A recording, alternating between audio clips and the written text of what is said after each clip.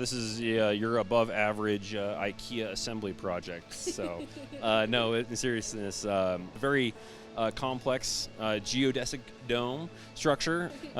We're aiming for new records for time and assembly every time we set it up. So we're making videos that are immersive, so that when you look around, especially in the dome, you can see everything without that small headset on.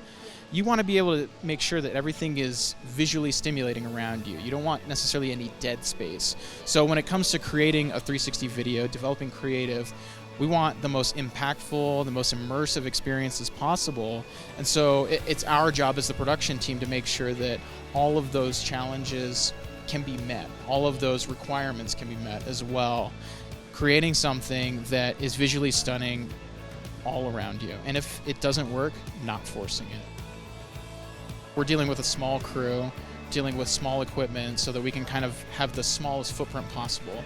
And I think that the clients that we've worked with have really appreciated that, in that we're able to move fast, we're able to get things done and kind of be low impact, because we don't want to be a drain on their resources. here we have angular projection, where the video is being projected almost to the wall that's just adjacent to the projector, and it goes all the way around the bottom.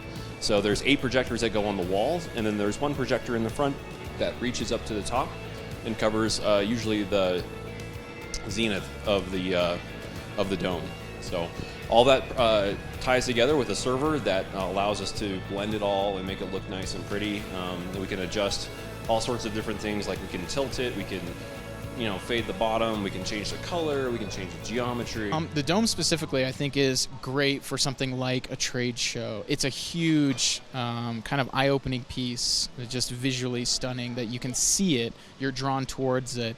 Having the right people obviously helps as well.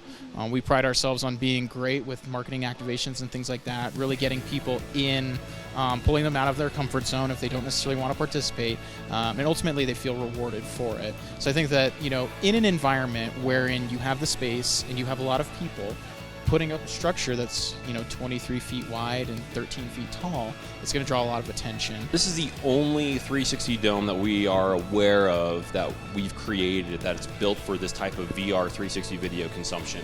And honestly, everyone that we've seen come in here has been really amazed by what this new, I like to refer to as a new canvas, essentially, for our media content to be put onto.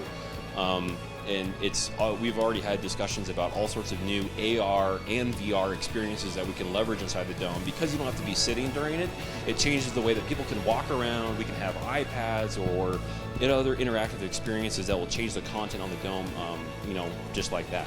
There's endless possibilities for what we could produce, and as we've seen with working in something like healthcare, there's a lot of different facets of that can be visually appealing and stunning, and things that people normally don't get a chance to experience. So if it's a safari, if it's a sports event, if it's something like a logistics and supply facility, you don't necessarily think that those are at the same level, but with the right post-production, with the right creative, with the right experience, especially in the dome, I think that it all can work.